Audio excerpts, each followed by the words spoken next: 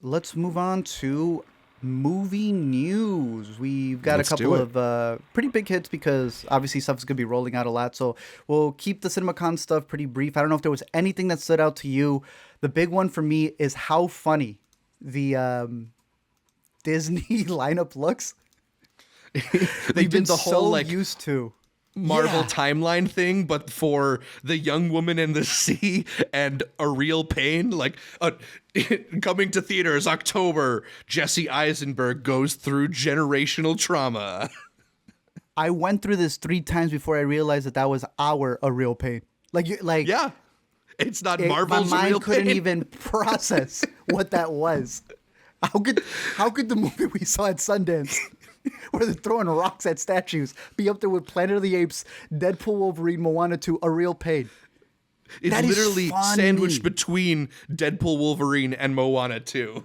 What a I love how lineup! Alien. Alina was like, they're so lucky that Alien uses the stretched out font because they really needed some space right there in the fall. How did we go from like 3 Marvel movies a year At to a least half plus Marvel movie? shows. Like Deadpool Wolverine feels like a point 0.5 in between these companies connecting. It's not even a real Marvel movie. Like that's the most intriguing part about it. All that being said, I was thinking about it the other day, and it's kind of made me almost a little more excited for Marvel. Whereas, like, The often a scarcity of new it. Marvel thing drops, and I find it a burden to, like, it's an obligation to go see it. Now it's like, you know what? I actually haven't seen a Marvel thing in a little while. Maybe I'll enjoy this one. Probably not, I'm but finally maybe. where I want to be. X Yeah, Men. give us one or two a year. No, but we're like at the realm of the X-Men finally being in Marvel, the thing I have been wanting since Phase 2. We've got the Right. animated series. Wolverine is here, Deadpool's here. They are under the actual umbrella.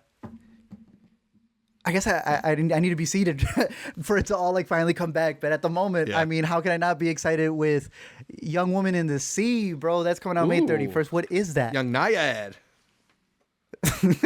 What is this? Is this an animated film? It's wait. Have you not seen the trailer with this Daisy Ridley? I'm realizing right now, Kinds of Kindness is a Yorgos movie, and that's just above Yeah. Inside Out. Like that's normal. Right? Whatever weird shit that Yorgos is cooking up alongside the new Pixar family film. Like I don't know. The Amazon Disney shoppers slate also is bought Inside Out too with the new right. Yorgos. Like what? How did these two Yeah, go the together? Disney slate looks so much barer than it's been in such a long time, and probably a lot of that has to do with the actor strikes, making it so that Yeah. less films got produced last year in a timeline that would have them be ready for this summer.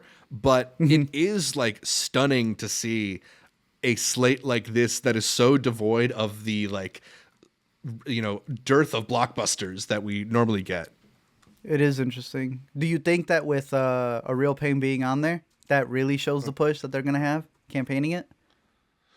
I mean, it'd have to indicate that they at least have some like belief in it to put it up between Moana and Deadpool, right? Like they're not treating this like some prestige art house shoot off. This is one of the main movies that they have on their slate this year. And again, I don't know if part of that is a consequence of them not having a lot of other movies to market.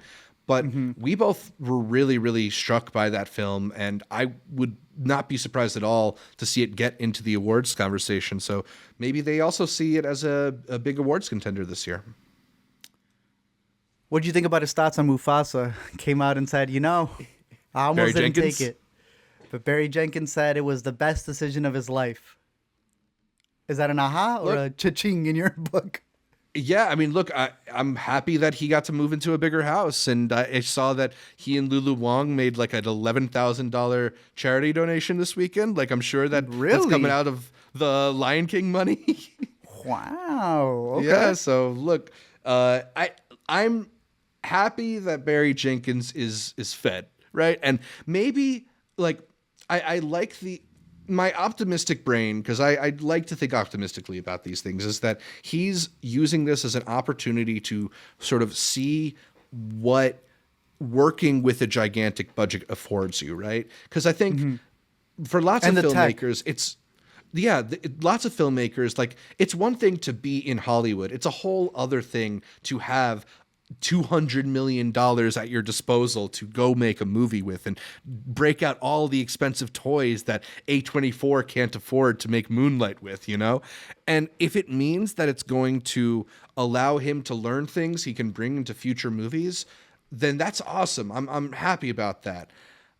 I'm not excited for Mufasa at all, though. I mean, they released a still and it looks just exactly the same as the last live action Lion King movie. I'm sorry, man. It's a shame that he's tied up for a couple years like this, but I just hope he comes out better on the other side. Cashing in, no? Yeah, he's definitely cashing in. It's But his hopefully little it's Barbie one. it is a one for them, one for me, not a I'm now in the system.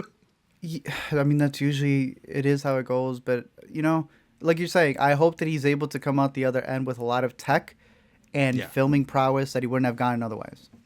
Which is exactly what I know you're expecting for Captain America: Brave New World. Did you see how they shared the screenshot of him standing, I think, with Harrison Ford? And they made his right. butt, like, they Instagrammed his butt. Even, it was so big, the didn't see background that. was, like, moving with it. They're really focusing in on the America's ass part of it. That's the hand-me-down. Nice. Other than the Yeah, shield. you gotta keep it up. Keep it Excited alive. for this at all? I've been telling you they've been pushing a lot of stuff for 2025.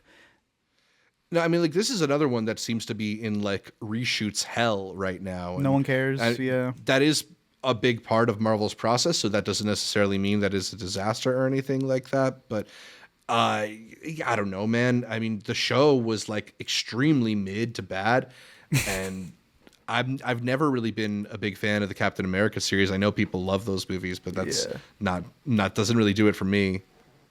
Big nay. Yeah, I'm going nay. I got a good one for you though.